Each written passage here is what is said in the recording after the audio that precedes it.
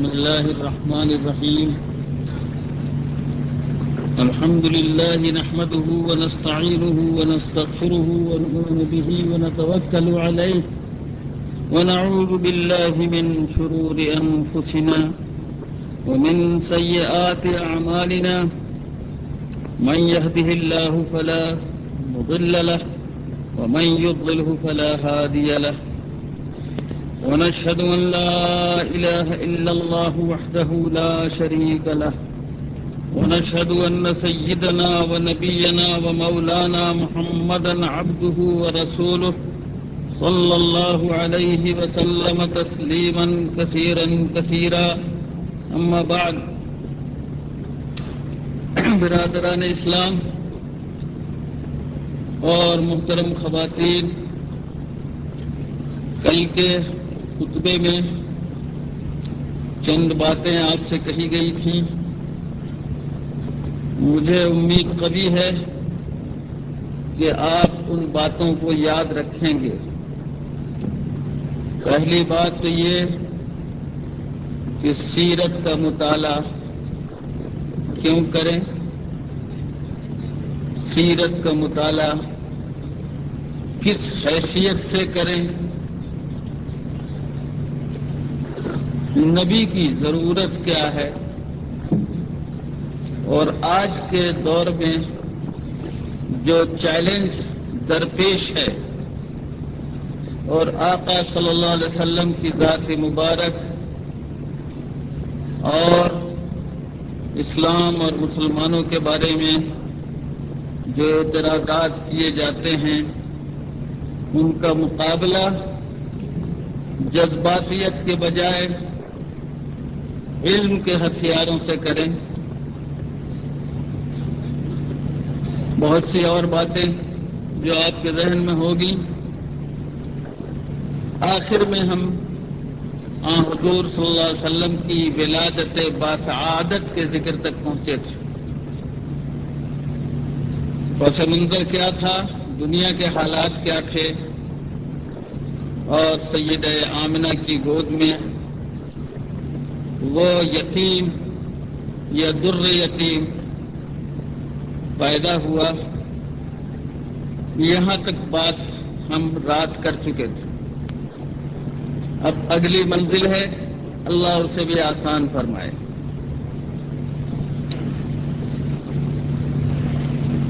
یہ بچہ جس کا نام محمد رکھا گیا اور دوسرا نام احمد. احمد جو ہوگا وہ محمد بھی ہوگا. احمد جو ہمتن اللہ کی حمد و ثنا میں لگا رہے، جو جتنا اللہ کی حمد اور اللہ کی تعریف میں لگا رہے گا اتنا ہی زیادہ وہ خود قابل مدح اور قابل تعریف ہو جائے گا. ہمارے آقا احمد بھی تھے. زندگی کا ہر گوشہ اللہ کی حمد سے بھرا ہوا ہے. سوتے تو اللہ کا حمد کرتے ہوئے، جاگتے تو الحمدللہ الذی احیانا بعد ما اماتنا. اللہ کی حمد ہے جس نے ہم کو موت کے بعد زندہ کر دیا. چلتے تو اللہ کی حمد، بیٹھتے تو اللہ کی حمد، بات کرتے تو اللہ کی حمد. یہاں تک کہ بیت الخلاء میں جانے کے آداب میں بھی اللہ کی حمد. واپس آئیے تو الحمدللہ الذی اذهب عنی الاذى وعافانی. حمد ہے اس اللہ کی جس نے میرے اندر سے تکلیف دہ چیز کو باہر حمد ہے. ہم کہتے ہیں حمد کرنے والے کو، احمد کرتے ہیں بہت زیادہ حمد کرنے والے کو، تو سب سے زیادہ وہ اللہ کی حمد کرنے والے تھے. اور جو جتنی زیادہ اللہ کی حمد کرے گا اللہ کی طرف سے وہ اتنا ہی زیادہ کرے گا. اور بتا تعریف ہو اسی کو عربی زبان میں محمد کہتے ہیں. قصداً میں اس طرف آ رہا ہوں، آپ کو لا رہا ہوں، بس حضور محمد تھے. اس نام کا ایک عجیب غریب لطیفہ ہے. کہ کوئی بھی شخص اگر حضور کا نام لے کر حضور کی برائی کرنا چاہے تو پہلے اس کو تعریف کرنی پڑے گی، کہنا پڑے گا کہ محمد ہے، قابل تعریف ہے۔ اسی لیے ایک لطیفہ یہ ہے کہ عرب شاعروں نے جب حضور کی مذمت کرنا چاہی تو وہ بہت پریشان ہوئے۔ نام لوں حضور کا تو حمد ہو جاتی ہے ان کی، تو برائی کرتا ہوں اس چیز کی جو بہت قابل تعریف ہے۔ اس پرابلم کے لیے انہوں نے کیا کیا؟ حضور کا نام لے کر تو ان کے لیے حضور کی برائی کرنا ممکن نہیں تھا، تو محمد کو بدلا انہوں نے اور محمد کو مذمم کہا، قابل مذمت۔ جو بہت قابل مذمت ہو وہ مذمم، اور جو بہت قابل تعریف ہو وہ محمد۔ تو جب حضور کو وہ اشعار سنائے گئے تو حضور نے فرمایا اللہ نے ان کو میرے نام کے ساتھ میری برائی سے عاجز کر دیا ہے۔ چنانچہ ابو لہب کی بیوی حمالۃ الحطب جو خود شاعرہ تھی، جب وہ حضور کی برائی کرنے پر اتری تو کیا کہا؟ مذممن عصیناہ امرہ ابیناہ دینہ قلیناہ۔ وہ مذمم ہے معاذ اللہ، ان کی نافرمانی کی ہم نے، اس کے حکم کا انکار کیا ہم نے، اس کے دین سے نفرت کی ہم نے۔ مذممن عصینا امرہ ابینا دینہ قلینا۔ لیکن جناب رسول اللہ صلی اللہ علیہ وسلم مسکرائے اور فرمایا کہ کوئی محمد کے نام کے ساتھ برائی نہیں کر سکا۔ انہوں نے کسی مذمم کی برائی کی ہے، محمد کی برائی نہیں کی، صلی اللہ علیہ سیدنا محمد۔ اس سے آپ اس بات کی طرف بھی جائیے گا ضرور کہ آقا کے صبر و حلم کی کیا انتہا تھی۔ اپنے خلاف دی جانے والی گالیوں کو کس طرح مسکراہٹ کے ساتھ ان گالیوں کو تعریف میں بدل ڈالا ہمارے آقا جناب محمد رسول اللہ صلی اللہ علیہ وسلم۔ بہرحال تو حضور کا نام محمد رکھا گیا اور آپ نے محمد کے نام کی لذت بھی سن لی۔ ہزار بار بشم دہن ز مشک گلاب، صحیح بات یہی ہے کہ مشک گلاب سے اگر ہزار بار بھی ہم اپنے منہ کو دھو لیں، جب بھی ان کا نام لینا زبان سے بے ادبی محسوس ہوتا ہے۔ تو صاحب اور کسی نے کہا دوسری بات کہ یہ نام تو ایسا پیارا ہے کہ جب بھی ہم نے ان کا نام لیا زبان جھک کے بوسے میری زبان کے لیے، لبوں نے جھک کے بوسے میری زبان کے لیے۔ عجیب و غریب نام ہے، عجیب و غریب لذت ہے، عجیب و غریب محبت ہے۔ یہ ہے حضرت محمد رسول اللہ صلی اللہ علیہ وسلم۔ پہلا دودھ آمنہ سیدہ آمنہ نے پلایا اپنی ماں نے، پھر سویبہ نامی باندی نے جو ابو لہب کی باندی تھی اس سے دودھ پلوایا گیا، اور پھر حکم ہوا کہ اب آپ بھی اور قبیلے کے اور لوگوں کی طرح بنو سعد میں جائیے، اور بنو سعد کی محترم خاتون حضرت حلیمہ سعدیہ کسی کو نہیں ملا، آنے والیوں نے کسی نے پسند نہیں کیا کہ یتیم بچے کو لے جا کر کیا کریں گے، نہ انعام ملے گا نہ بخشش۔ وہ جانتے نہیں تھے کہ کتنا بڑا انعام ملنے والا ہے۔ ایک وقت آیا کہ محض اس رشتے کی وجہ سے کہ بنو سعد میں حضور نے دودھ پیا ہے، پورے بنو سعد کا قبیلہ آزاد کر دیا گیا، اور بلا کسی جرمانے کے سب کو رہائی ملی۔ اتنا بڑا قومی انعام انہیں ملنے والا تھا، وہ نہیں جانتے تھے یہ بنو سعد کی حلیمہ سعدیہ کی قسمت میں تھا۔ حضور مبارک تھے، از اول تا آخر مبارک اور برکت تھے، جدھر جاتے برکت بڑھتی۔ آپ کو میں ان تفصیلات میں نہیں لے جانا چاہتا، آپ نے سنا ہوگا کہ اونٹنی کے سوکھے ہوئے تھنوں میں دودھ بھرایا، حلیمہ کے گھر کی حالت بدل گئی اور حضور کے معجزات شروع سے نظر آنے لگے۔ مجھے تو آپ کو بہت دور لے جانا ہے، اس لیے میں واقعات کی تفصیل میں نہیں، چند چھوٹی واقعات جن کی خاص اہمیت ہے ان کی طرف اشارہ کر کے آگے بڑھنا چاہتا ہوں۔ آقا صلی اللہ علیہ وسلم جب 6 برس کے ہیں، والدہ گزر جاتی۔ وہ لڑکا جو مکے کا وہ یتیم، باپ سے محروم، ماں بھی گزر جاتی، اور 8 برس کی عمر میں دادا بھی گزر جاتے ہیں، عبد المطلب۔ اس کے بعد چچا ابو طالب کی نوبت آتی ہے۔ ایسے وقت میں جبکہ ابو طالب معاشی اعتبار سے تباہ ہو چکے، یہ بچہ بکریاں چراتا ہے۔ حضور سے پوچھا لوگوں نے، یا رسول اللہ آپ نے بکریاں چرائی ہیں؟ کہا ہاں، اور ہر نبی نے چرائی۔ علماء لکھتے ہیں کہ بکریوں کا چرانا ذرا مشکل کام۔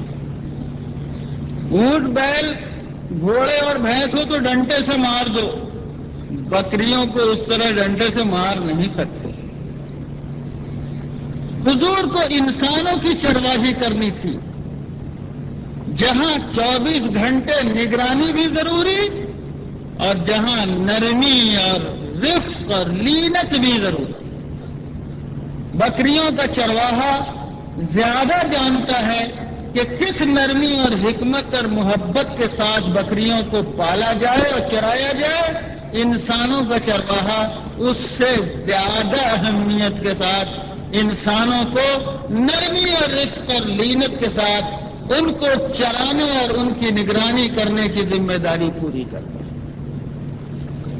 اور شاید حضور کو تجربہ تھا نا، اسی لیے ہمارے آقا نے ایک بات فرمائی، جب یاد آ گئی تو آپ سے عرض کرتا ہوں۔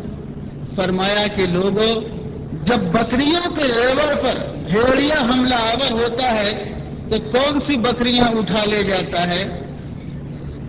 فرمایا کہ جو بیچ جھنڈ اور ریوڑ میں بکریاں ہوتی ہیں وہ نہیں، جو کنارے ہو جائیں، پیچھے رہ جائیں، اس جھنڈ اور ریوڑ کو چھوڑ دیں، وہی بھیڑیوں کا نشانہ بنتی ہیں۔ امت کو بھی شیطانی بھیڑیوں کا خطرہ ہوگا تو جو امت اور جماعت کے اجتماعی وجود سے کنارے ہو جائے گا، ہٹ جائے گا، پیچھے رہ جائے گا، وہی شیطانی بھیڑیوں کا شکار ہے۔ صلی اللہ علیہ سیدنا محمد۔ بیچ بیچ میں آپ کی بھی بات میں کہتا ضرور اس لیے کہ میں بتا چکا ہوں آپ کو کہ اصل اسوے کی حیثیت سے جماعت کو کبھی ٹوٹنے مت دو، اور مسلمانوں کے اجتماعی اور جماعت کی قوت سے کبھی علیحدہ مت ہونا، ورنہ خطرہ ہے اس کا کہ تم کو ہی بھیڑیا اٹھا لے جائے۔ بکریاں چرائیں، اونٹ کے ریوڑ اونٹ بھی چرائے۔ اور حضور اقدس صلی اللہ علیہ وسلم کو جو روٹی مزدوری بھی ملتی، اس مزدوری سے خود بھی کھاتے اور اپنے چچا ابو طالب کو بھی کھلاتے، جو حضور کے اصل کفیل تھے۔ یہ میں نے اس لیے عرض کیا آپ کو کہ آپ سمجھ جائیں کہ ہمارے آقا کی غربت، بے سہارگی اور یتیمی کس انتہا درجے کو پہنچی ہوئی تھی۔ اس بات کو ذہن میں رکھیے گا تو ممکن ہے اس کے بنیاد پر کوئی آگے ایک بات اور میں عرض کروں گا انشاءاللہ۔ چنانچہ جناب رضاعت کی مدت ختم ہوئی، 6 سال میں ماں بھی چلی گئی، 8 سال کے بعد دادا بھی چلے گئے، اب چچا کے ساتھ۔ لیکن یہ بچہ عجیب و غریب مبارک بچہ ہے۔ بچپن سے ہی اس کے سر پر ہوش مندی کے آثار، اور بچپن سے ہی اس کی کچھ خاص نوعیت سب کو محسوس ہوتی ہے۔ ابو طالب چچا ہیں، پورا مکہ قحط کا شکار ہے، سارا گرد و پیش جل رہا ہے، کہیں پانی کا ایک قطرہ نہیں۔ پریشان حال لوگ ابو طالب کے پاس پہنچتے ہیں، حضرت پانی نہیں ہے، بارش نہیں ہے، دعا کریے۔ حضرت ابو طالب وہ قوم جو مورتیوں سے دعائیں مانگتی تھی، لیکن جب بارش مانگنے کا وقت آتا ہے اللہ سے مانگتی ہے۔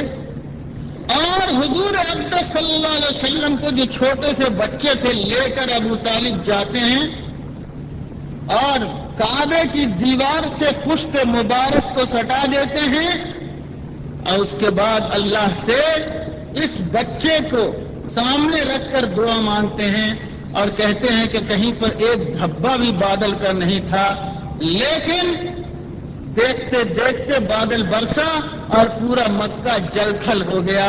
ابو طالب نے جو شعر لکھے ہیں حضور صلی اللہ علیہ وسلم کی شان میں، اس کا ایک مشہور شعر ہے، وَأَبْيَضُ يُسْتَسْقَى الْغَمَامُ بِوَجْهِهِ وَأَبْيَضُ يُسْتَسْقَى الْغَمَامُ بِوَجْهِهِ ثِمَالُ الْيَتَامَى عِصْمَةٌ لِلْأَرَامِلِ ثِمَالُ الْيَتَامَى عِصْمَةٌ لِلْأَرَامِلِ۔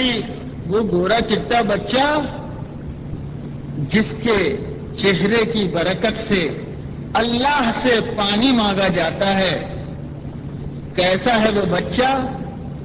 یتیموں کا ملجا اور بھوکوں اور بے سہاروں کے لیے ان کی حفاظت کا ذریعہ ہے۔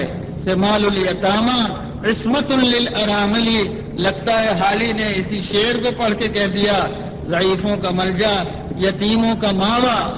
شاید انہوں نے یہی کہہ دیا، وہ نبیوں میں رحمت لقب پانے والا، مرادیں غریبوں کی بر لانے والا۔ شاید حالی نے ابو طالب کے شعر سے استفادہ کیا ہے۔ بہرحال یہ وہ بچہ ہے جو بچپن ہی سے کچھ عجیب سا لگتا ہے۔ میں آپ کے قبل از نبوت زندگی کے 2-3 واقعات آپ کے سامنے ضرور عرض کرنا چاہتا ہوں، اور اس لیے میں نے منتخب کیا ہے ان باتوں کو کہ آج کے دور میں بھی ہماری آپ کی شدید ترین ضرورت ہے اس بات کو سوچنے اور سمجھنے کی۔ یہ لڑکا جب 20 سال کا ہوتا ہے، جوان رانا، اس سے پہلے تجارت میں گیا، یہ ہوا میں ادھر نہیں جانا چاہتا، مجھے تو آپ کو جلدی جلدی آگے لے چلنا ہے۔ جب 20 سال کا یہ جوان رانا عاص ابن وائل، ایک زبیدی بنو زبید کے قبیلے کا ایک فرد مکے آیا، کچھ کاروباری معاملہ عاص ابن وائل سے کیا۔ عاص نے وعدہ خلافی کی، اس کا واجب پیسہ نہیں دیا، وہ پریشان مکے میں ہر دروازے پہ گھوم رہا ہے، کون ہے جو میرا حق مجھے دلا دے، کون ہے جو مجھے انصاف دلا دے، کون ہے جو میرا واجب بقایا آج سے دلا دے۔ ہمت نہیں پڑ رہی ہے کسی کی۔ میں ایک بہت چھوٹا سا واقعہ تاریخ میں لکھا ہوا ہے، عام طور پر سیرتوں کو بیان کرنے والے بھی اس کو نہیں بیان کرتے، لیکن میں سمجھتا ہوں کہ حضور اقدس صلی اللہ علیہ وسلم کی سیرت و کردار کو اور مستقبل میں جو کام اللہ کو ان سے لینا تھا اس کو سمجھنے کے لیے یہ واقعہ بڑی عظیم الشان علامت ہے۔ زبیر ابن عبد المطلب آگے بڑھتے ہیں اور یہ 4-5-6 نوجوان اکٹھا ہوتے ہیں۔ سنو لوگوں غور سے، نوجوانوں سمجھو تم کس بات پر تم پیکٹ کیا کرتے ہو، کس بات پر تم معاہدہ کیا کرتے ہو۔ ہمارے آقا کا معاہدہ سنو۔ وہ 5-6 نوجوان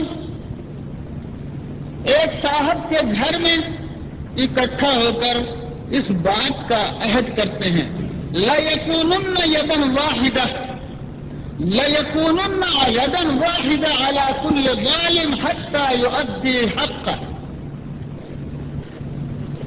ہم سب مل کر ایک ہاتھ اور ایک قوت بن کر اس شہر میں رہیں گے، ہر اس ظالم کے خلاف جو کسی کا حق مار دے، جب تک وہ حق ادا نہیں کر دے تب تک ہم اس کے خلاف ایک متحدہ قوت بن کر رہیں گے۔ یہ ہے حلف الفضول۔ فرمایا جناب رسول اللہ صلی اللہ علیہ وسلم نے نبوت کے بہت دنوں کے بعد کہ اگر آج بھی کوئی وہ معاہدہ کرنا چاہے تو میں سب سے آگے بڑھ کر اس کا معاہدہ کروں گا۔ ظلم کے خلاف ایک آواز ہونا، ظلم کے خلاف ایک قوت بننا۔ ان لوگوں نے جا کر عاصم بن وائل سے اس زبیدی کا حق تو دلا ہی دیا، لیکن حلف الفضول جس کو کہا کرتے ہیں، یہ فضول کا معاہدہ، یہ پیکٹ اور یہ ایگریمنٹ چند ایسے نوجوانوں کا معاہدہ تھا جو سماج کے کوئی بہت بااثر لوگ نہیں تھے، اور جو شخص ظلم کے ذریعے باہر سے آنے والے کا حق چھین رہا تھا وہ اپنے عہد کا اور اپنے شہر کا بہت ہی بااثر اور طاقتور شخص تھا، لیکن طاقت والے کی طاقت، اصحاب اقتدار کے اقتدار، قوت والوں کی قوت کے سامنے نہیں جھکنا اور ظالم کو انصاف کے سامنے جھکانے کے لیے محمد شاب، اس جوان محمد نے صلی اللہ علیہ سیدنا محمد مکے میں وہ معاہدہ کیا۔ ابھی تک نبوت نہیں ملی تھی، لیکن بنیاد پڑ گئی تھی کہ یہ نبوت ظالم کے ظلم کو ختم کرنے اور مظلوموں کو حق دلانے، انصاف کو قائم کرنے والا یہ نوجوان جو آج یہ معاہدہ اور ایگریمنٹ کرتا ہے، کل کو اس کے ذریعے پوری دنیا میں انصاف قائم ہونے والا ہے۔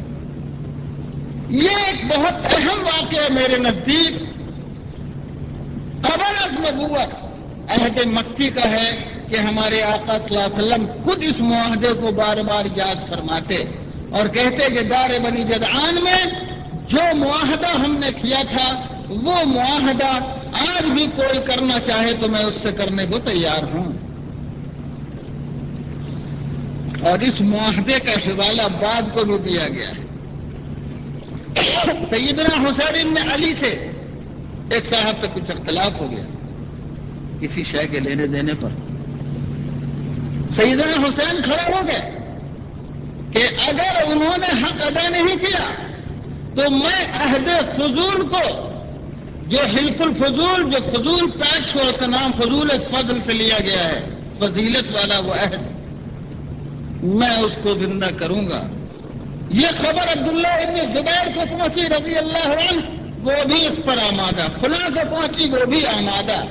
یہ اس طرح پورے صحابہ کی سوسائٹی میں یہ معاہدہ اتنی اہمیت اختیار کر گیا تھا۔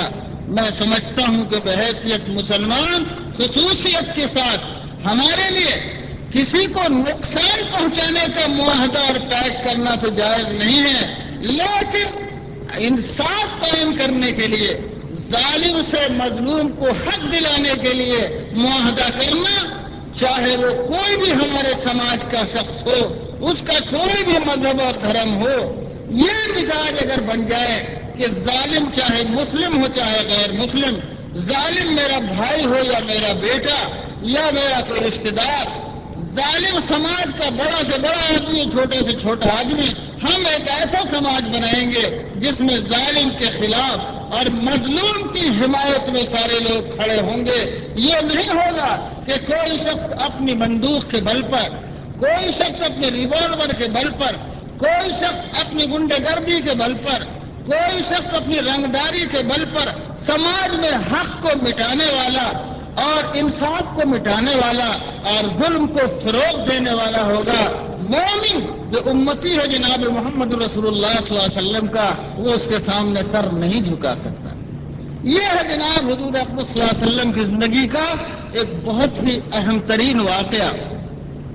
دوستو، اس نوجوان پر کیا اعتماد تھا لوگوں کو،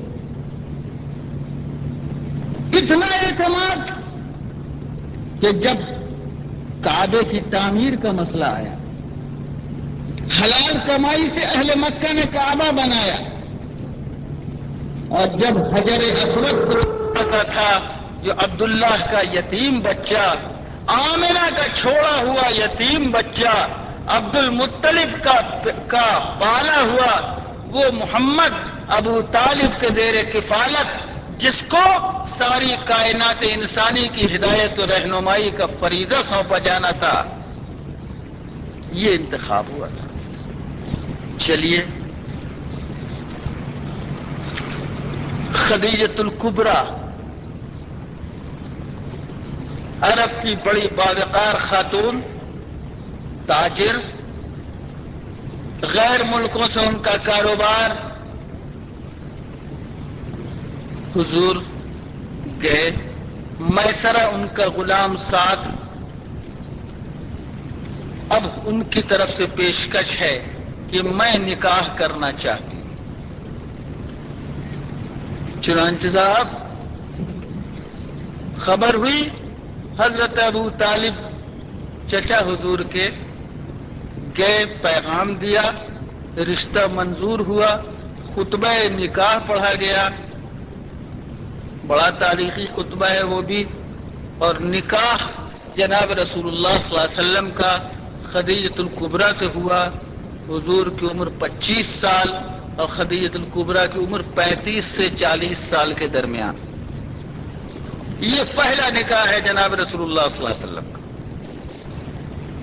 خدیجہ بہت ذہین و فہیم خاتون ہیں، آگے چل کر آپ ان کی بات سنیے گا۔ اس طرح جناب رسول اللہ صلی اللہ علیہ وسلم ازدواجی رشتے میں جڑے، اور ایک اولاد سیدنا ابراہیم کو چھوڑ کر باقی سبھی اولاد حضرت خدیجہ کے بطن سے پیدا ہوئی۔ ام کلثوم ہوں، رقیہ ہوں، طاہر و طیب ہوں، فاطمہ زہرا ہوں، زینب ہوں، سب انہی حضرت خدیجہ کے بطن سے پیدا ہوں۔ اس طرح حضور رشتہ ازدواج میں بدھ جاتے ہیں۔ آہستہ آہستہ حضور کو دنیا کے ان ہنگاموں میں ایک گھبراہٹ سی محسوس ہونے لگی۔ کبھی بت کو سجدہ نہیں کیا، اللہ نے پاک رکھا تھا اس سے، لیکن آہستہ آہستہ حق کی تلاش میں سرگرداں، سچائی کی کھوج کا جذبہ، کہاں ہے وہ حق، کون ہے وہ معبود، کس کے سامنے سر جھکاؤں، یہ اللہ نے اندر سے ایک طلب پیدا کی۔ اور یاد رکھو، نبیوں کی پرورش اللہ کی خاص نگرانی میں ہوتی ہے، لتنظر فی عینی، اللہ کی نگاہوں کے سامنے ہوتی ہے۔ اب ان میں یہ طلب و تلاش ہے کہ کہاں ہے وہ۔ یہاں تک بات بڑھی کہ شہر چھوڑ کر شہر کے پاس، شہر پر سایہ فگن جبل نور کی چوٹی پر غار حرا میں جا کر رہنے لگے۔ کئی کئی دنوں تک سیدہ خدیجہ کھانا اور پانی دے دیتی، وہیں کھاتے پیتے اور رہتے، اور اپنے رب کے ساتھ مشغول رہتے۔ اب وہ مصیبتوں کا وقت آنے والا تھا۔ وہ محبوب و ہر دل عزیز قوم کا نوجوان اب لوگوں کی نگاہوں کا چبھنے والا کانٹا بننے والا تھا۔ چنانچہ صاحب ایک دن ایسا آیا کہ وہ غار حرا میں تھا، ایک فرشتہ آیا، اس نے کہا اقرا، پڑھیے۔ اس نے کہا ما انا بقاری، میں تو پڑھا ہوا ہوں نہیں۔ کلیجے سے لگا کے بھینچا، ایک بار، دو بار، تین بار، پھر زبان پر وہ جاری ہو گیا۔ جو فرشتہ پڑھتا گیا، اقرأ بسم ربک الذی خلق، خلق الانسان من علق، اقرأ وربک الاکرم الذی علم بالقلم، علم الانسان ما لم یعلم۔ یہ ناموس الہی تھا جو سارے نبیوں پر اترا تھا۔ حضور گھبرا گئے، پریشان ہو گئے، پسینے سے شرابور۔ ہمارے استاد حضرت شیخ الاسلام مولانا حسین احمد مدنی رحمۃ اللہ علیہ فرمایا کرتے تھے توجہ کی بہت ساری قسمیں ہیں. کبھی ایسا ہوتا ہے کہ کوئی عطر لگائے بیٹھا ہو، آپ وہاں جائیے تو آپ بھی خوشبو محسوس کر لیتے ہیں، لیکن جب آپ وہاں سے ہٹے تو خوشبو ختم. اور کبھی ایسا ہوتا ہے کہ ایک کے چراغ سے دوسرا چراغ جلا لیتا ہے، وہ روشنی منتقل ہوتی ہے لیکن بجھ جانے کا خطرہ رہتا ہے. کبھی کسی چشمے سے پانی جاری ہو، نالیاں کھود دی جاتی ہیں، ان نالیوں سے پانی بہتا رہتا ہے بہت دور تک اور بہت دور تک، لیکن کبھی اگر اس نالی میں کوڑا کباڑ پڑ جائے تو پھر سر چشمے سے اس کا راستہ رک جاتا، پھر پانی نہیں آتا. اور ایک توجہ اتحادی ہوتی ہے جس میں توجہ دینے والے کی پوری کیفیت منتقل ہو جاتی ہے اس کی طرف پرماننٹلی. فرماتے ہیں کہ جبرائیل امین کا حضور کو کلیجے سے لگا کر بھیجنا یہ وہ توجہ اتحادی تھی کہ تمام صلاحیتیں اور قلبی کیفیات جناب رسول اللہ صلی اللہ علیہ وسلم کے سینہ مبارک میں منتقل ہو گئی تھی. بہرحال دوستو، اب ان کی زبان پر وہی قلب جاری ہے. یہاں پر رک کر تھوڑی دیر کے لیے اس وحی کا جائزہ لے لیجیے. اقرا بسم ربک. دوستو، اقرا کے معنی پڑھو، لیکن عجیب بات ہے کہ اس آیت میں کیا پڑھو یہ نہیں لکھا گیا ہے، جس کو ہم اپنی اصطلاح میں کہتے ہیں کہ مفعول بہ مذکور نہیں ہے. اقرا پڑھو، کیا پڑھو یہ نہیں لکھا ہوا، پڑھو. جیسے سورہ والضحیٰ میں حضور کے بارے میں کہا گیا یعطیک ربک، دے گا رب آپ کو. کیا دے گا یہ کھلا ہوا نہیں. فترضیٰ، آپ خوش ہو جائیں گے. اقرا بسم ربک میں دوستو کہیں پر یہ لکھا نہیں کہ کیا پڑھو. پڑھو، کیا پڑھو؟ پتہ نہیں کیا کیا پڑھنا اس میں چھپا ہوا ہے، پتہ نہیں کیا کیا اس میں رموز چھپے ہوئے. پڑھو اے نبی، یہ پہلی وحی ہے. ایک تو سیدھا سیدھا اشارہ اس بات کی طرف ہے کہ یہ نبی جس عہد میں آیا ہے یہ عہد علم کا زمانہ ہے، یہ نالج ایکسپلوژن کا زمانہ ہے. یہ نبی علم کا نبی ہے، یہ نبی معرفت کا نبی ہے. یہ اس زمانے کو چیلنج کرنے آیا ہے یا اس زمانے کا چیلنج قبول کرنے والا ہے جو پچھلے تمام زمانوں سے علم کے میدان میں آگے ہوگا. اس کی نبوت کا آغاز پڑھنے سے ہو رہا ہے، اس کی نبوت قیامت تک ہے. اس لیے علم کی تاثیر قیامت تک کے انسانوں پر اور زمانوں پر اس کے عہد نبوت میں رہے گی. دوسری طرف بہت کچھ اس میں ہے دوستو. قرآن کا مفعول بھی کیا پڑھو اس کو نہیں کھول کر اللہ تعالیٰ نے اس عموم کے ذریعے یہ بات ہم کو سمجھا دی کہ ہر وہ کچھ پڑھو جو نفع دینے والا ہو. اس لیے ہمارے آقا کی دعا ہے اللہم انی اعوذ بک من علم لا ينفع. اے اللہ میں تجھ سے پناہ مانگتا ہوں اس علم سے جو نفع نہ دے. اور یہ بھی دعا ہے اللہم انا نسألک علما نافعا، اور اے اللہ تجھ سے نفع بخش علم مانگتا ہوں. بس اس طرف اشارات نہیں کہ پڑھو اور وہ سب کچھ پڑھو جو تم کو نفع دینے والا ہو، جو اس کائنات میں نافعیت جس میں ہو، افادیت جس میں ہو، ہر اس چیز کو پڑھو. ایک شرط ہے، نسبت اس کی رب کی طرف ہونی چاہیے. اقرا بسم ربک، اپنے رب کا نام لے کر پڑھنا. گمراہی اور گناہ کا علم رب کا نام لے کر نہیں پڑھا جا سکتا. اقرا بسم ربک، پڑھنا اپنے رب کا نام لے کر. اور دوسرا نقطہ اس میں یہ ہے اقرا بسم اللہ بھی نہیں ہے، ذات الہی کی طرف نسبت نہیں، صفت ربوبیت کی طرف نسبت ہے، اس پالنہار کی طرف نسبت ہے۔ اور دوستو، الذی خلق، جس نے پیدا کیا، ذات الہی، علم اور پڑھنا، ہر پڑھنے کا مقصود اللہ کی معرفت ہونی چاہیے، اور اللہ کی معرفت اس کی صفات سے ہوگی، اور سب سے زیادہ جو صفت تم سے قریب ہے وہ اللہ کی ربوبیت اور پالنہاری کی ہے، اور اللہ کی خالقیت کی ہے۔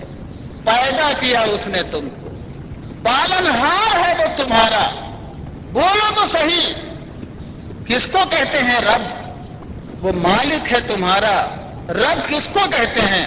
رب وہ ہے کہ ایک شے میں جو کچھ بننے کی قوت ہے وہاں تک، ابتدا سے اس انتہا تک آہستہ آہستہ تدریجاً وہاں پہنچا دیتا ہے۔ دانا، پودا بنے گا، پودے میں بالیاں لگیں گی، بالیوں میں 100 دانے لگیں گے، ایک دانے میں 100 دانے چھپے ہوئے ہیں۔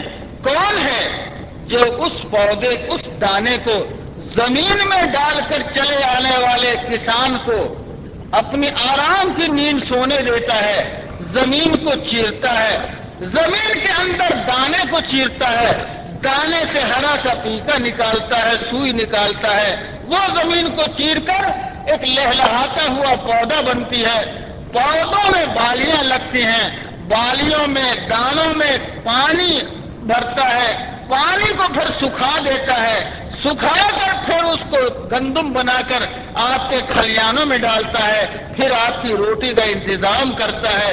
کون ہے وہ مالک؟ کہتا ہے میں ہوں رب، میں ہوں فارق الحب والنوا، میں ہوں دانوں اور گٹھلیوں کو چیر کر پودا نکالنے والا، میں ہوں کھیتی کرنے والا، میں ہوں زراعت کرنے والا۔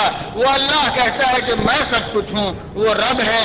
باپ کے پیٹھ میں پانی کا ایک قطرہ ماں کے پیٹ میں جا کر، ماں کے پیٹ میں جا کر رحم مادر میں وہ جمع ہوا خون، جمع ہوا چپکنے والا خون، اس کو صورت شکل دی جاتی، اس کو ہڈیاں بنائی جاتی، اس کے اوپر چمڑے کا غلاف چڑھایا جاتا، پھر اس میں روح ڈالی جاتی، پھر ایک زندہ اور متحرک انسان وجود میں آتا جس کے پاس آنکھ، ناک، کان، دماغ سب کچھ ہے، چلتا پھرتا بولتا ہوا یہ اعلیٰ ترین انسانی دماغ۔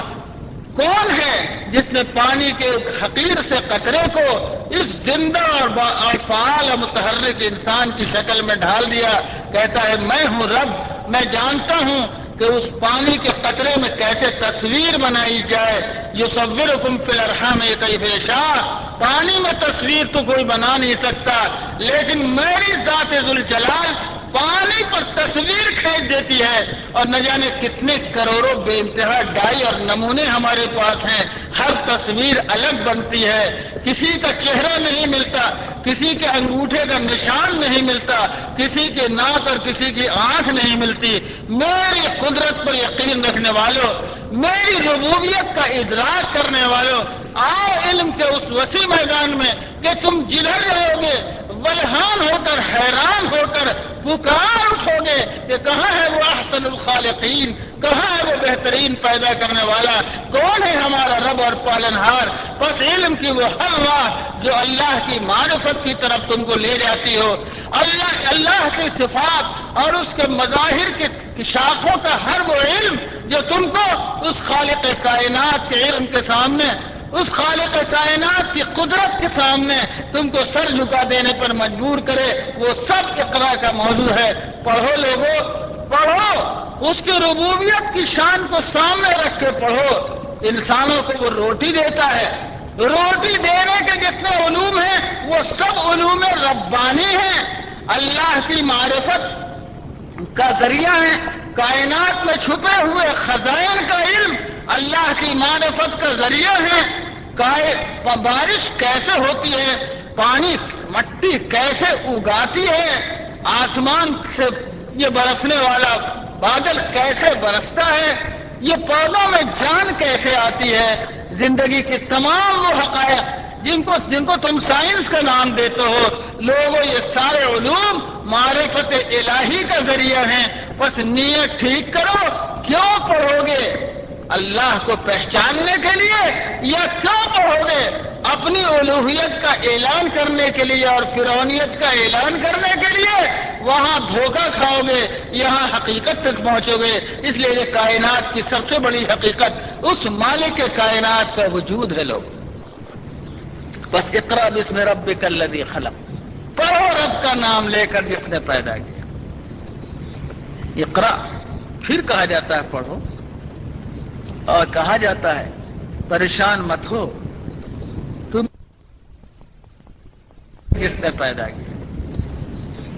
اقرا پھر کہا جاتا ہے پڑھو، اور کہا جاتا ہے پریشان مت ہو، تم نہیں پڑھے لکھے ہو، مگر پڑھنے کی استعداد تو اس مالک نے تم پر دے دی ہے۔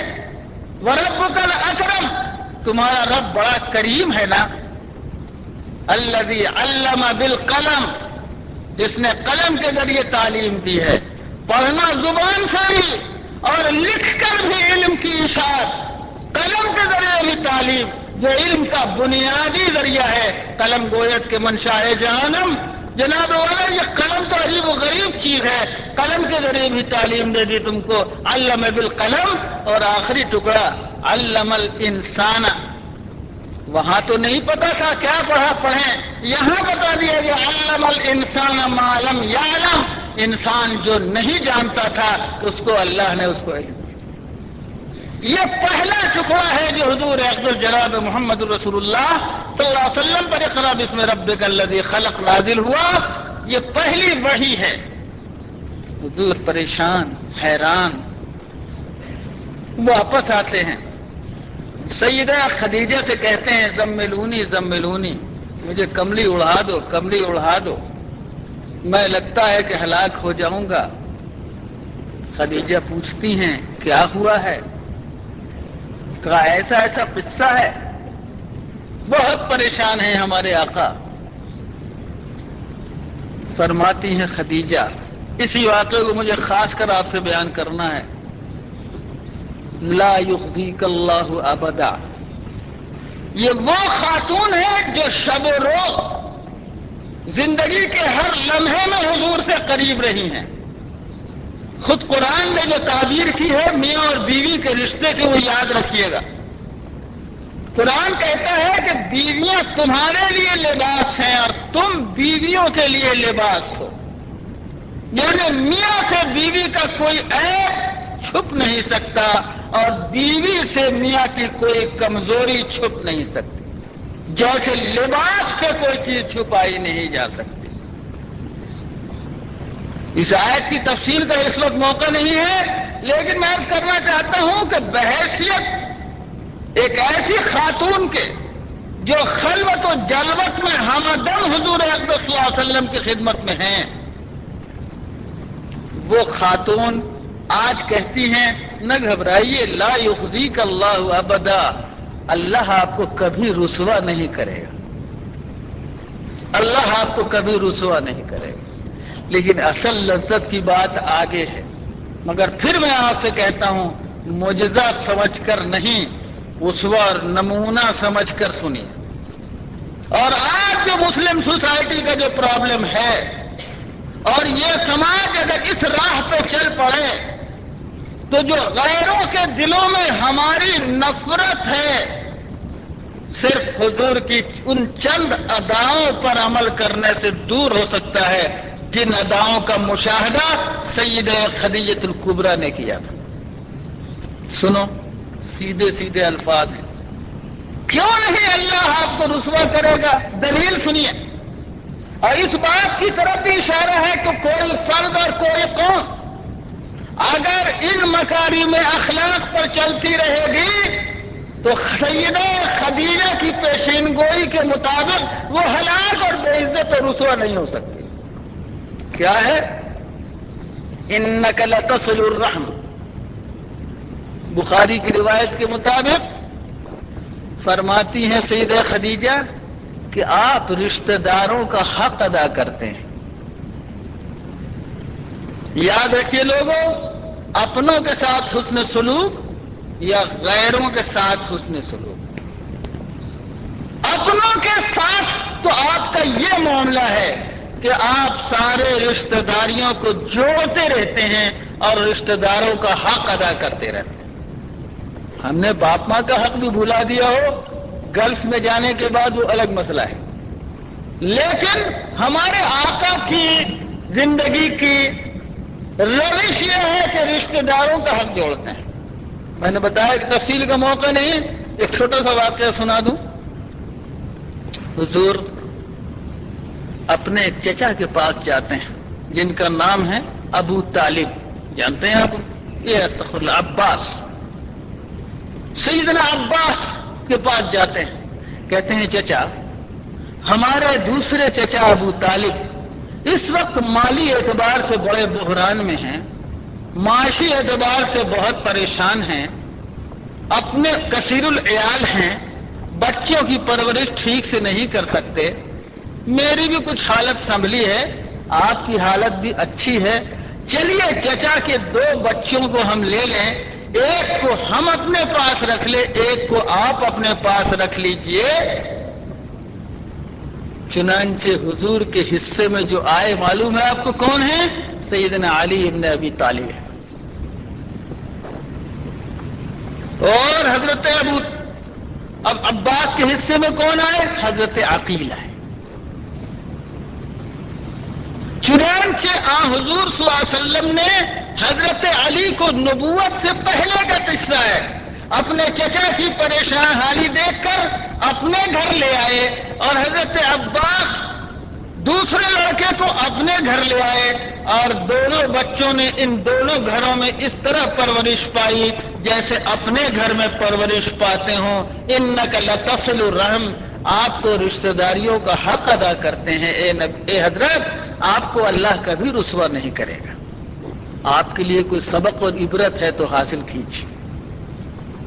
وَتَكْسِبُ الْمَعْدُومَ یا تُكْسِبُ الْمَعْدُومَ، میں آپ کو اس جھگڑے میں نہیں ڈالنا چاہتا، جو سمجھا ہوں وہ بتاتا ہوں. آپ مفلسوں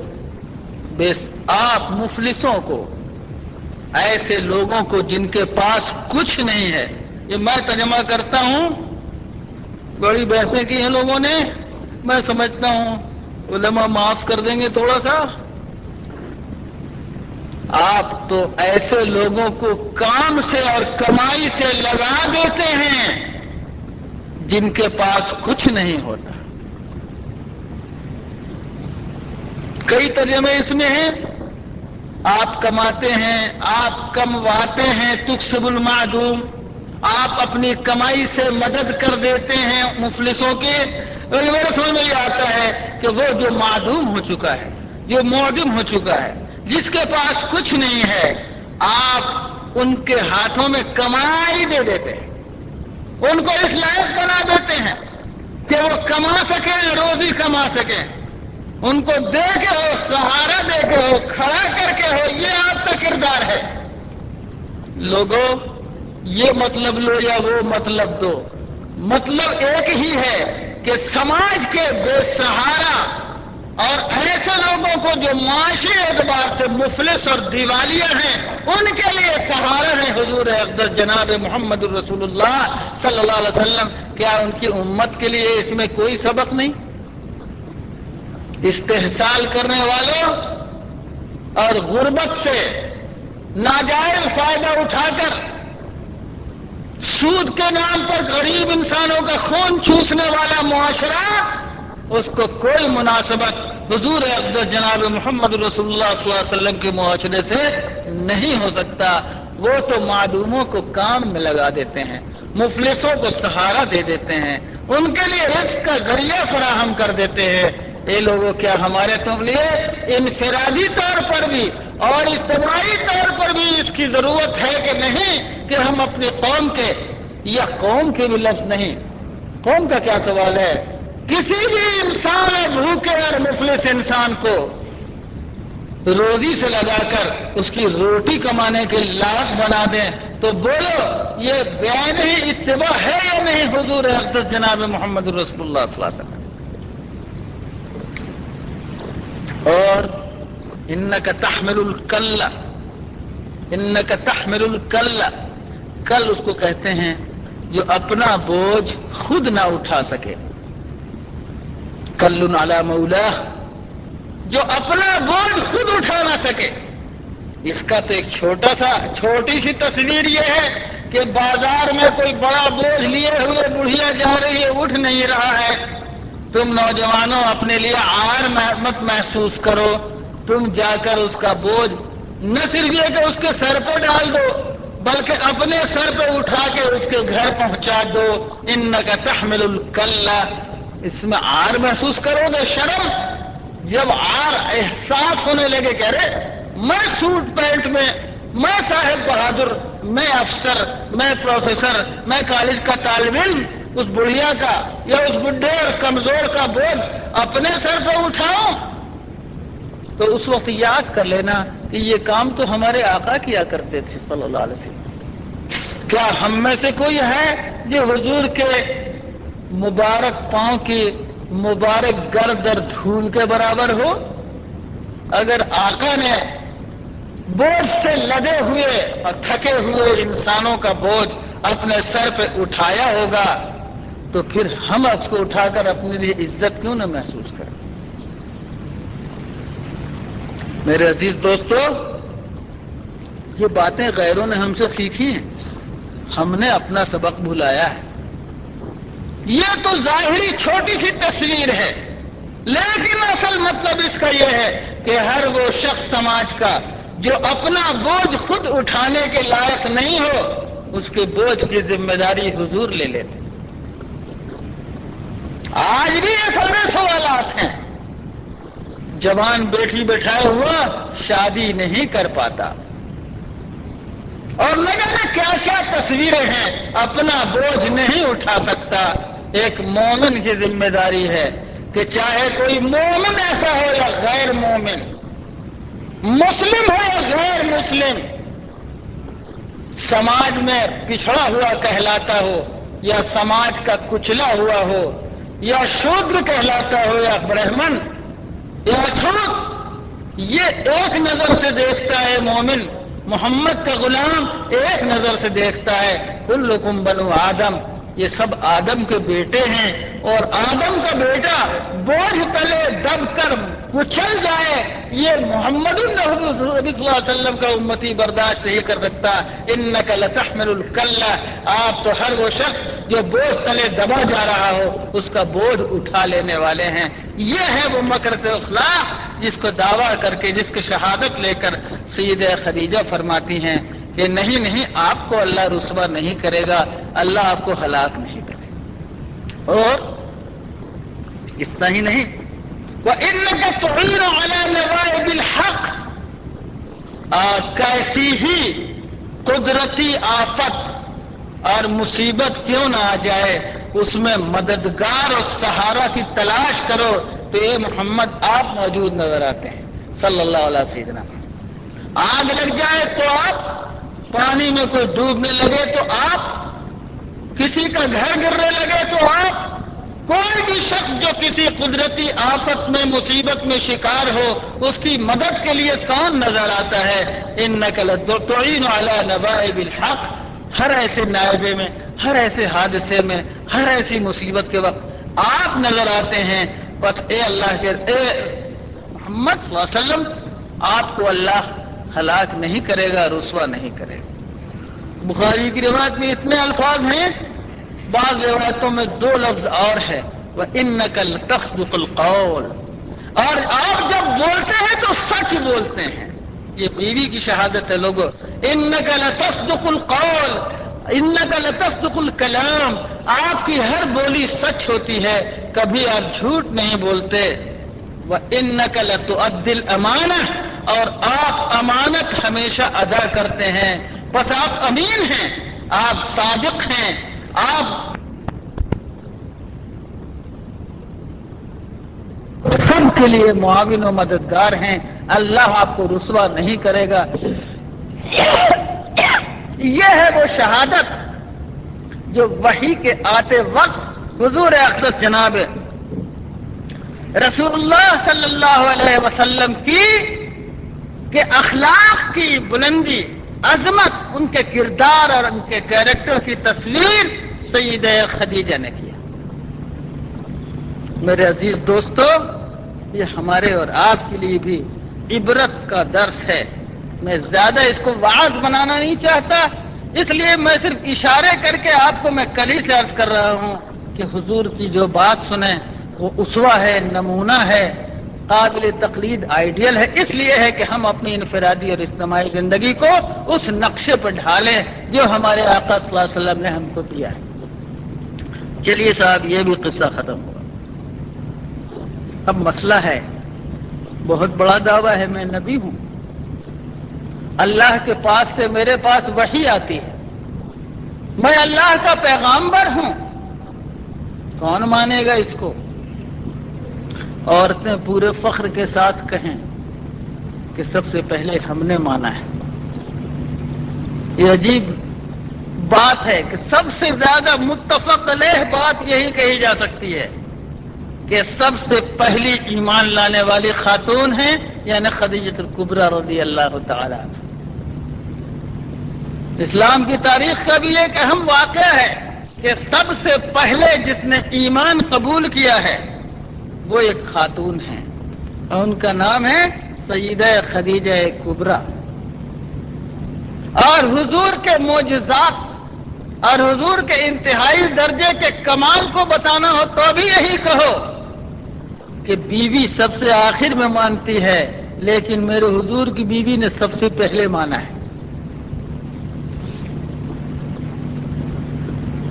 دوسرے بچوں میں علی ابن ابی طالب ہیں، اور دوستوں اور جوانوں میں ابو بکر صدیق ہیں۔ حضور نے فرمایا کہ میں نے جس کے پاس بھی اسلام پیش کیا سب نے کچھ ہچک، سوچ، فکر، تذبذب کا اظہار کیا، لیکن ایک اور صرف ایک ایسے ہیں جن کے سامنے جب میں نے اسلام کی دعوت پیش کی تو بلا تذبذب انہوں نے اسلام کو قبول کر لیا، اور وہ ہیں ابو بکر صدیق رضی اللہ تعالی۔ تو یہ قافلہ کہاں سے چلا؟ خدیجہ الکبریٰ، علی ابن ابی طالب 10 برس یا 14 برس کی عمر کے ہیں، اور تیسرے ابو بکر صدیق جو 38 سال کے ہیں، حضور سے 2 برس چھوٹے ہیں۔ 40 برس میں نبوت آئی ہے، 2 برس کم کر لیجیے، 38 برس کے ابو بکر صدیق ہیں، اور 10 ایک روایت کے مطابق اور 14 دوسری روایت کے مطابق حضرت علی ابن ابی طالب ہیں، اور خدیجہ الکبریٰ ہیں آپ کی رفیق و غمگسار۔ دعوت کا کام ابو بکر صدیق نے شروع کیا۔ اب ان کے ہاتھ پر اسلام لائے عثمان ابن عفان، عبد الرحمن ابن عوف، اور عبداللہ ابن مسعود، اور فلاں اور فلاں اور فلاں، 7 کا قافلہ بنا۔ ارقم ابن ابی الارقم، جن کا گھر حضور کی دعوت کا مرکز بنا، دار ارقم، اور ابو عبیدہ بن الجراح، 10 کا قافلہ بنا۔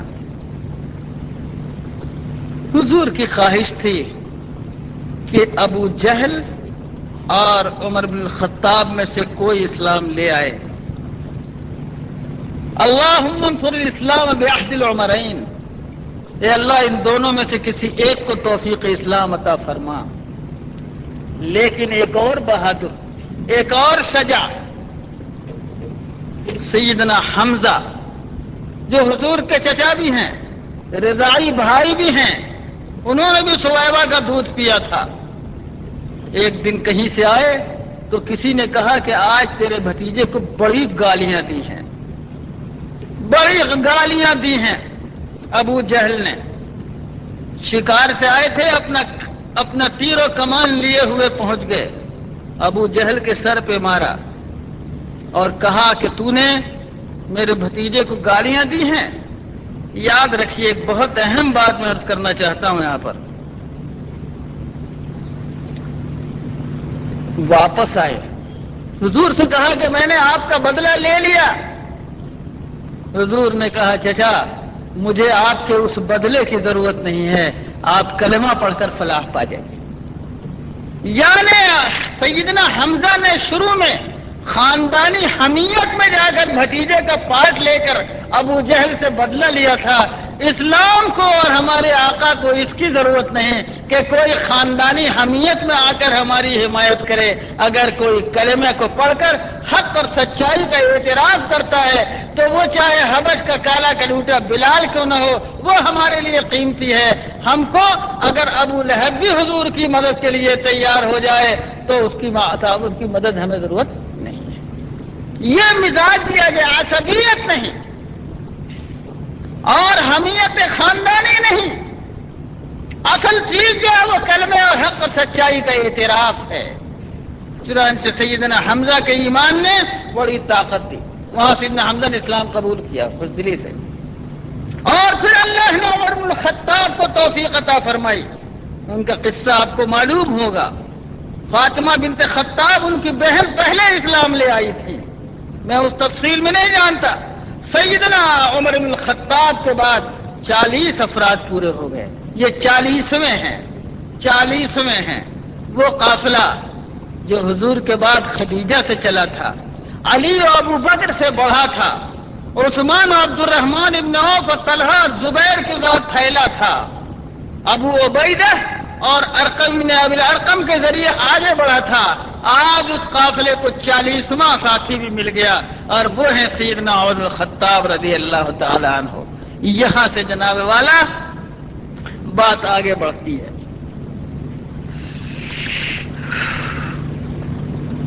مصیبتوں کا دور آ گیا.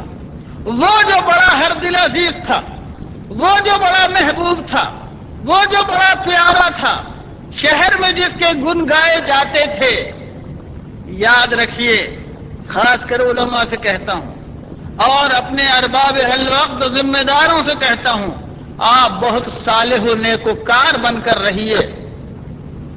واللہ آپ سے کوئی نہیں جھگڑے گا, کوئی نہیں آپ سے پریشان ہوگا. بہت نیک آدمی ہے, بہت اچھا آدمی ہے, ہر وقت عبادت پہ مشغول رہتا ہے, بہت پیارا آدمی ہے. لیکن جب بھی آپ جو عمل کے میدان میں آئیں گے, حق و صداقت کی آواز اٹھائیں گے اور داعی بن کر زندہ رہنا چاہیں گے, تو وہیں سے آپ کی وہ ہر دل عزیزی اور محبوبیت کو پہلے آپ کو اپنے ہاتھوں سے قربان کر دینا چاہیے. پھر تو آپ کنٹروورشل بنیں گے, تنازع ہوگا, لوگ آپ کی مخالفت کریں گے, لوگ آپ کو تکلیف پہنچانا چاہیں گے. اے لوگوں, بس اگر تم چاہتے ہو کہ صاحب اس وادی میں آؤ جو مجاہدے کی وادی ہے, جو جد و جہد اور حرکت و عمل کی وادی ہے, جہاں حق اور سچائی کی دعوت کا میدان ہے, تو تم کو پہلے سوچ لینا چاہیے شرط اول قدمانست کے مجنو باشی. اور جس کو ہو جان و دل عزیز ان کی گلی میں جائے کیوں. ورقہ ابن نوفل کو کسی نے کچھ نہیں کہا, زید بن دسنہ کو اور بھی کئی مباحدین سے کسی نے کچھ نہیں کہا, لیکن محمد عربی صلی اللہ علیہ وسلم جو سب سے زیادہ ہر دل عزیز و محبوب تھے, وہ ہر طرح کے تان کا, حملوں کا نشانہ بنے. کیسا نشانہ لوگوں؟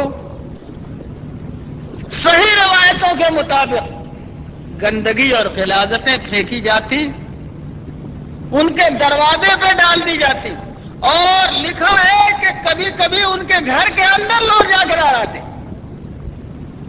اور کبھی چلتے ہوئے ان کے جسم مبارک پر ڈال دی جاتی, اور کبھی کعبے کے میدان میں سجدہ کرتے ہوئے ان کی پیٹھ پر اوجھ ڈال دی جاتی, گالیاں دی جاتی, کانٹے بچھائے جاتے, اور ان کے جانثاروں کو تو ہر طرح کی تکلیفیں جھیلنی پڑتی. یہ حبش کا کالا کلوٹا بلال, یہ خباب ابن عرب, یہ عمار، یہ ان کے والد یاسر، یہ ان کی ماں سمیہ، یہ مصعب ابن عمیر، یہ عثمان غنی، کون سی تکلیفیں ہیں جن سے یہ لوگ نہیں گزرے؟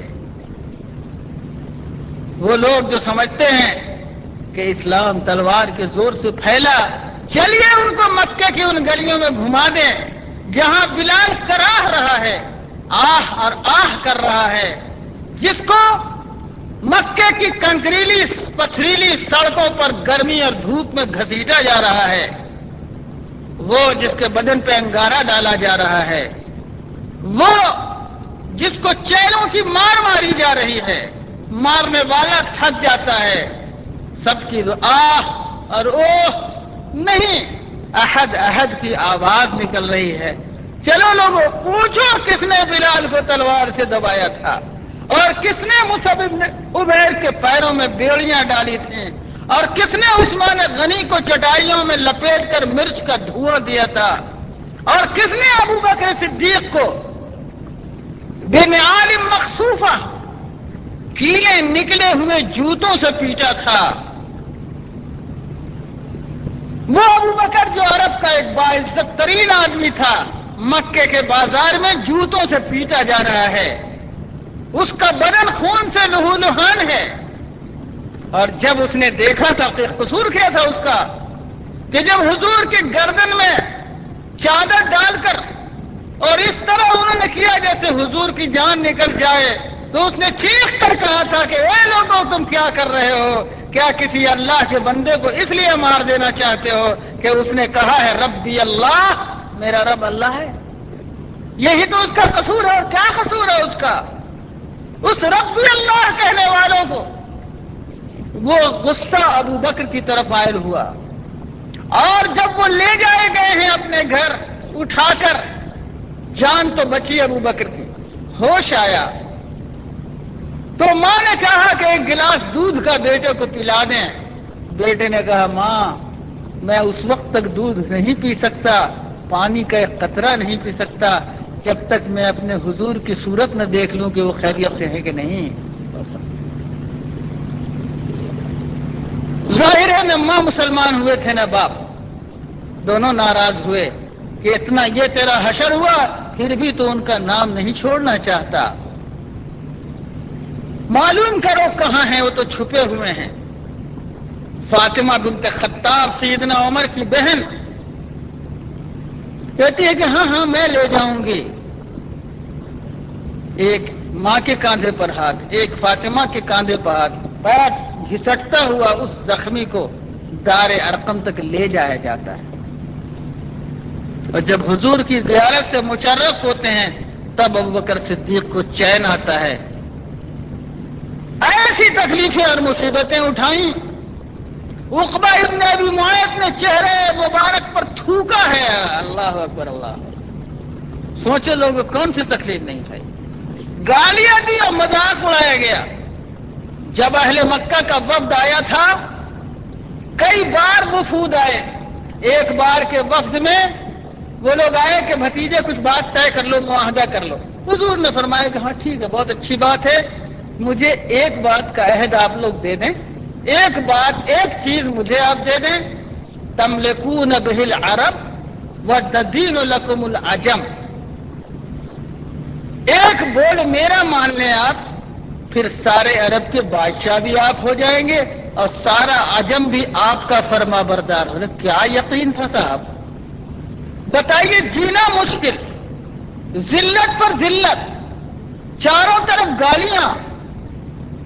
ایسا شخص اگر کہے کہ تم سارے عرب اور سارے عجم کے مالک بن جاؤ گے تو لوگ کیا کہیں گے؟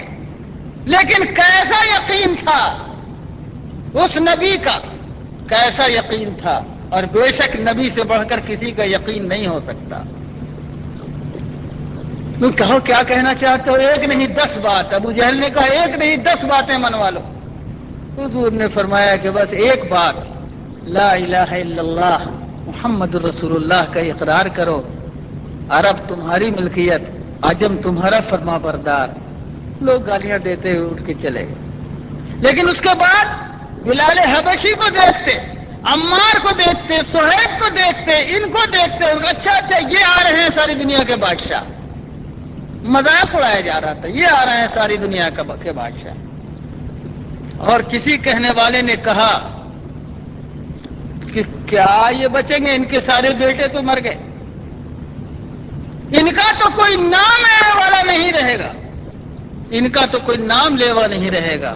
اب تر ہیں، نسل کٹی ہوئی ہے ان کی، آگے کوئی بیٹا ان کا نہیں ہے، اولاد ان کی اب نہیں چلے گی. قرآن نے کہا ان نشان ہے کہ هو الابتر، آپ کا دشمن ہی بے نام و نشان ہو جائے گا. آپ کا نام تو یہ ہے کہ 1400 سے زیادہ برس گزرنے کے بعد ہزاروں میل کی دوری پر بنگلور کے اس شہر میں رات کے 10 سے 12 تک بھی بیٹھ کر ہر کس و ناکس اشہد ان لا الہ الا اللہ و اشہد ان محمد رسول اللہ کہہ رہا. ہم نہیں مٹا ان کا. تو غرض کہنے کی ہے دوستوں کہ تکلیفوں اور مصیبتوں کا پہاڑ ٹوٹا. اتنا ہی نہیں ہوا، بڑے واقعات بیچ کے میں چھوڑتا جا رہا ہوں. آخر میں یہ ہوا، لوگ جمع ہوئے، بائیکاٹ کرو ان کا، سارے فلاں فلاں خاندان کا. اور بائیکاٹ یوں کیا، معاہدہ کیا تھا؟ لا ننکح ولا تنکحوہ، نہ ہم ان سے اپنے کسی نکاح کا رشتہ جوڑیں گے، نہ ان کے ہاں سے کوئی لڑکی لائیں گے، کچھ نہیں. اور نہ ان کو ہم کچھ بیچیں گے، نہ ان کا ہم کچھ خریدیں گے. یعنی حقہ پانی بند. حضور و سارا اہل خاندان کہاں گیا؟ ابو طالب کی گھاٹی میں جا کر محبوس. سارا مکہ کٹا ہوا ہے. ایک دن 2 دن نہیں لوگوں، 3 سال تک مسلسل اس قید و بند کی زندگی گزاری جناب رسول اللہ صلی اللہ علیہ وسلم. راوی لکھتا ہے کہ ان مسلمان بچوں اور حضور کے ساتھی بچوں کے بھوک سے رونے کی آواز مکہ کی وادیوں میں گونجا کرتی تھی. بچے ایک ایک قطرے دودھ کے لیے اور ایک ایک قطرے پانی کے لیے ترستے اور روتے تھے، اور ان کے رونے کی آواز مکے کی گلیوں میں گونجتی تھی، اور کسی کے دل میں رحم کا کوئی شائبہ نہیں آتا تھا. کس نے اتنی تکلیفیں اٹھائی ہیں لوگوں؟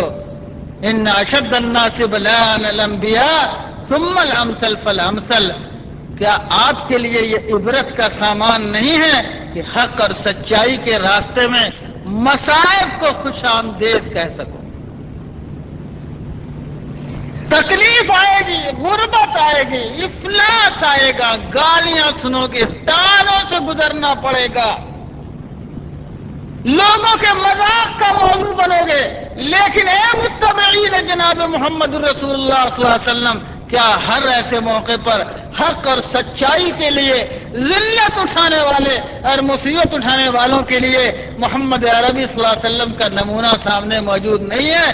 یہ دیکھ کر تم میں ہمت تمہاری بلند اور صبر تمہارا قوی اور برداشت کی صلاحیت تمہاری مضبوط اور حالات کی نزاکتوں میں نہ گھبرانے والا مومن، مصیبتوں کے سامنے سینہ سپر ہو جانے والا مومن، برداشت کرنے والا اور بڑے سے بڑی اذیتوں سے گزر کر بھی اللہ کی رضا کے لیے سب کچھ کھو دینے والا مومن ہی اصل میں متبع ہے حضور اقدس جناب محمد رسول اللہ صلی اللہ علیہ وسلم. کیا تکلیف نہیں اٹھائی؟ حضور گزرتے ہیں، دیکھتے ہیں ماں بیٹے باپ سب پہ مار پڑا جی. یاسر کو مارا جا رہا ہے، سمیہ کو مارا جا رہا ہے، ان کے بیٹے عمار کو مارا جا رہا ہے. حضور سے برداشت نہیں ہوتا. فرماتے اللہم ارحم آل یاسر، اے اللہ یاسر کے گھر والوں پر رحم فرمائیے، اے اللہ ان کو صبر و برداشت کی قوت عطا فرمائیے. یہاں تک کہ لوگوں سمیہ کو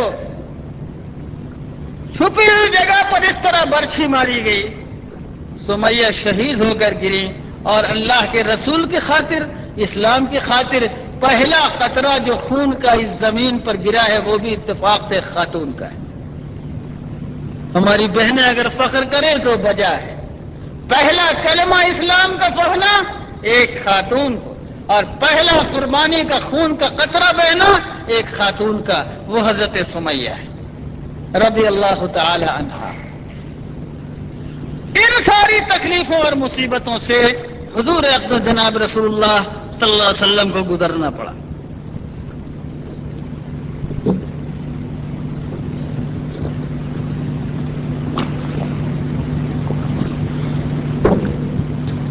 وقت چونکہ 5 دن کا ہے، مطلب بات تھوڑا سا اور وقت آپ کا لے لیتا ہوں انشاءاللہ۔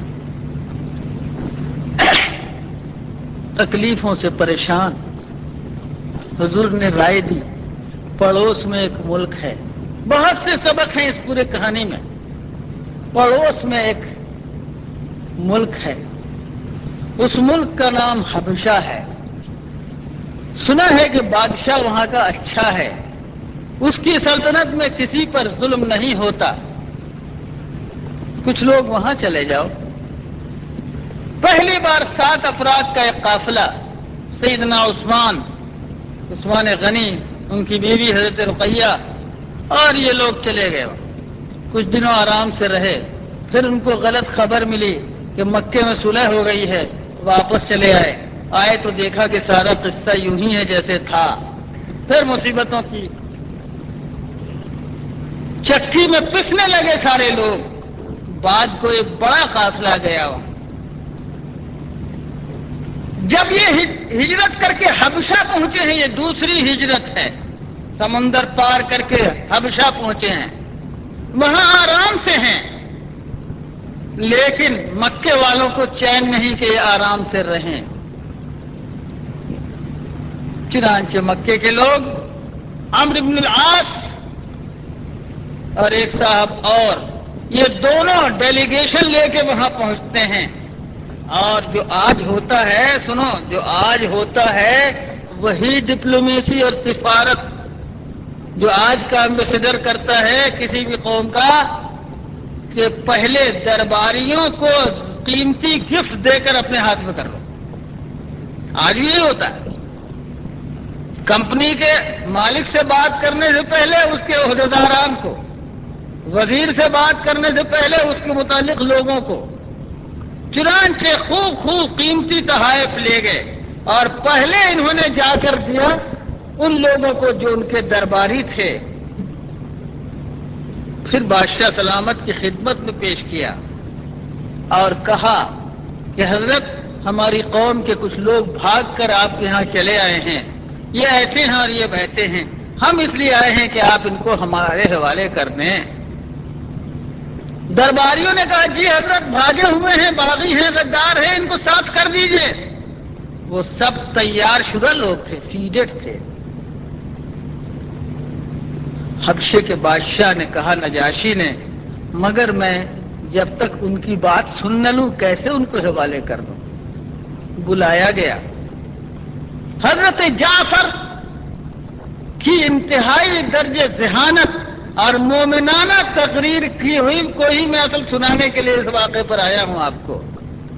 سیدنا جعفر نے جو کہا وہ جہالت کی اندھیری رات اور اسلام کی روشن صبح کی تصویر ہے، خدا کے قسم۔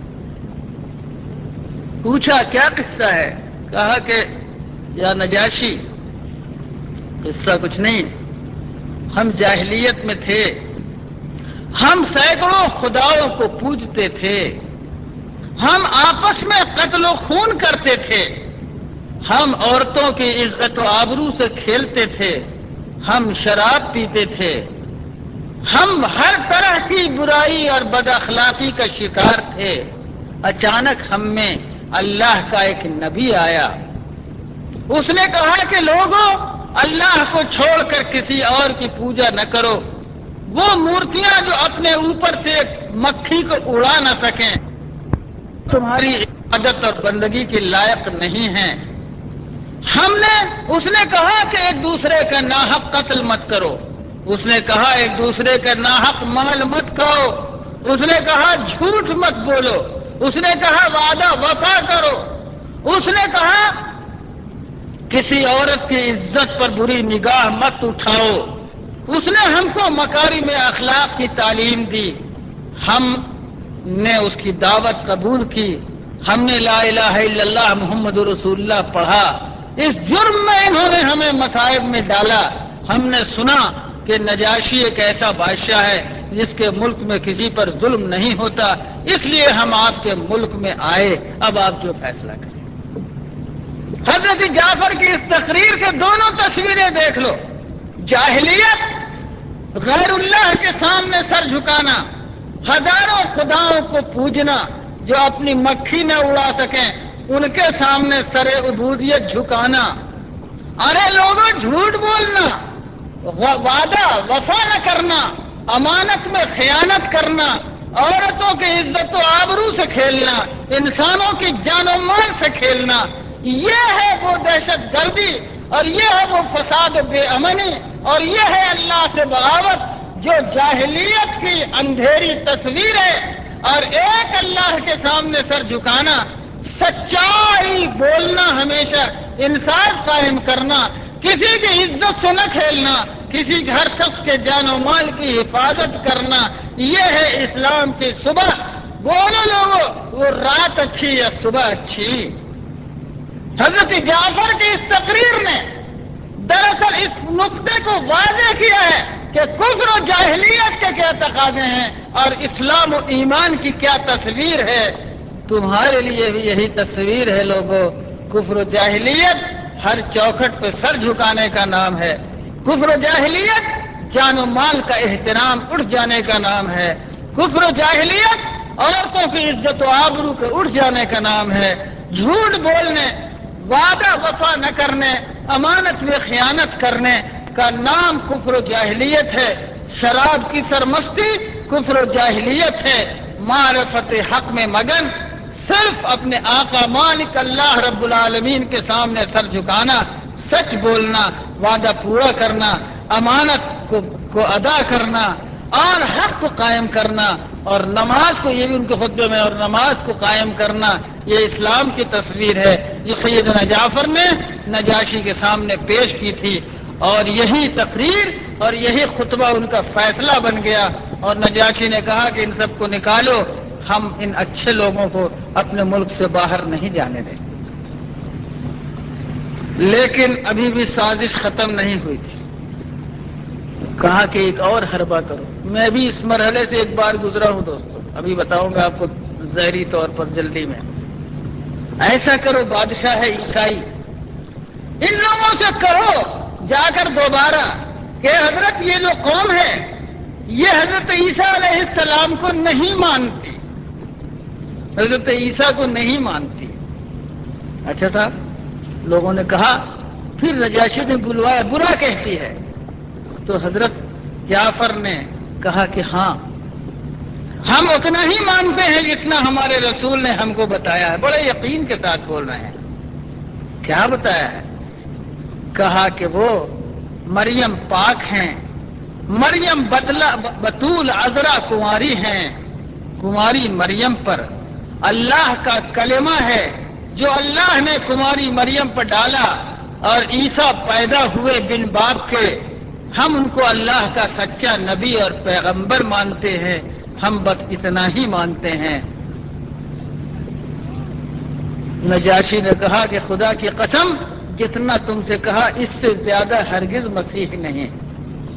اگرچہ اہل دربار نے تھوڑا چمی گوئی کی، کہا تم چاہے کہ اپنی چمی گوئی کرو، لیکن حقیقت یہی ہے کہ عیسیٰ کی سب سے بڑی حقیقت یہی ہے کہ کلمۃ اللہ تعالی التی القاها الی مریم، وہ اللہ کا کلمہ ہے، بول ہیں جو مریم کی طرف القا کیے گئے، اللہ نے اس طرح ان کو وجود بخشا۔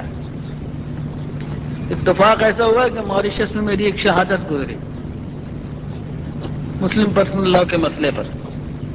اٹارنی جنرل وہاں ایک ہندو بھائی تھے، جج وہاں پر جسٹس، چیف جسٹس ایک کرسچن تھے۔ تو صاحب گھنٹوں سوالات کرتے رہے۔ جب انہوں نے دیکھا کہ صاحب یہ تو بات بنتی نہیں، تو اٹارنی جنرل صاحب نے قرآن کی ایک آیت نکال کے پوچھا کہ اس کا کیا ترجمہ ہے۔ اس قرآن کی آیت کا خلاصہ یہ تھا کہ یہ عیسائی اور یہودی، ان سے تم دوستی مت کرنا۔ کیا جائے کہ دیکھیے تو اسلام کہتا ہے کہ صاحب عیسائیوں سے دوستی مت کرنا. میں بھی ایک لمحے کے لیے ضرور پریشان ہوا، لیکن اللہ نے بات دماغ میں ڈالی. میں نے کہا صاحب یہ مخصوص حالات کے لیے ہے. قرآن کا اصل اصول ہے لا ینہاکم اللہ. دوسری آیت جس میں اللہ نے کہا ہے کہ اللہ تم کو ان لوگوں سے دوستی کرنے سے منع نہیں کرتا اور تم ان کے ساتھ حسن سلوک کر سکتے ہو، اچھا سے اچھا سلوک کر سکتے ہو، کرو، اس سے منع نہیں کرتا تم کو. ان لوگوں سے جنہوں نے نہ تم کو گھر سے نکالا نہ تم کو دین کے معاملے میں روکا. وہ سارا جھگڑا ان لوگوں کا ہے جو تم کو گھر سے نکالتے ہیں، جو تم دین سے تم کو پھیرتے ہیں، جو تم کو تمہارے مذہب پر چلنے نہیں دیتے. غرض یہ کہ اللہ نے وہ تدبیر الٹی کی، خود قرآن کی اس آیت نے یہ بات واضح کر دی. تو ایسا ہوتا ہے کہ مخالف وکیل وہ جج کے رجحانات سے فائدہ اٹھانا چاہتا ہے. وہی رجحان فائدہ اٹھانا چاہا عمرو بن العاص نے اس مسلمانوں کے خلاف کہ عیسائیوں کے عقیدے کے مسئلے کو چھیڑ کر بے انصافی پر آمادہ کیا جائے. مگر اللہ ہمیشہ حق کو غالب فرماتا ہے، سچائی غالب ہو کر رہی. بھئی یہ تو ہو گیا صاحب. لیکن جو اب لوگ بچ گئے تھے مکے میں وہ اور زیادہ ظلم کا شکار ہو رہے تھے، اور زیادہ ظلم کا شکار ہو رہے تھے. اچھی بات میں چاہتا تھا کہ ہجرت آپ کو پہنچا دوں، لیکن اب ہجرت مدینہ انشاءاللہ کل.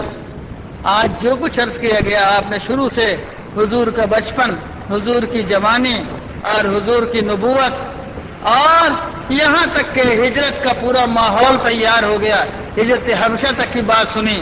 اب آگے جو کچھ منظور ہوگا اللہ کل کہلائے گا. میں امید رکھتا ہوں کہ آپ نے باتوں کو توجہ اور دھیان سے سنا ہوگا. اور پھر پہلی بات کو لوٹاتا ہوں کہ لوگوں یہ کوئی علمی مباحثوں علمی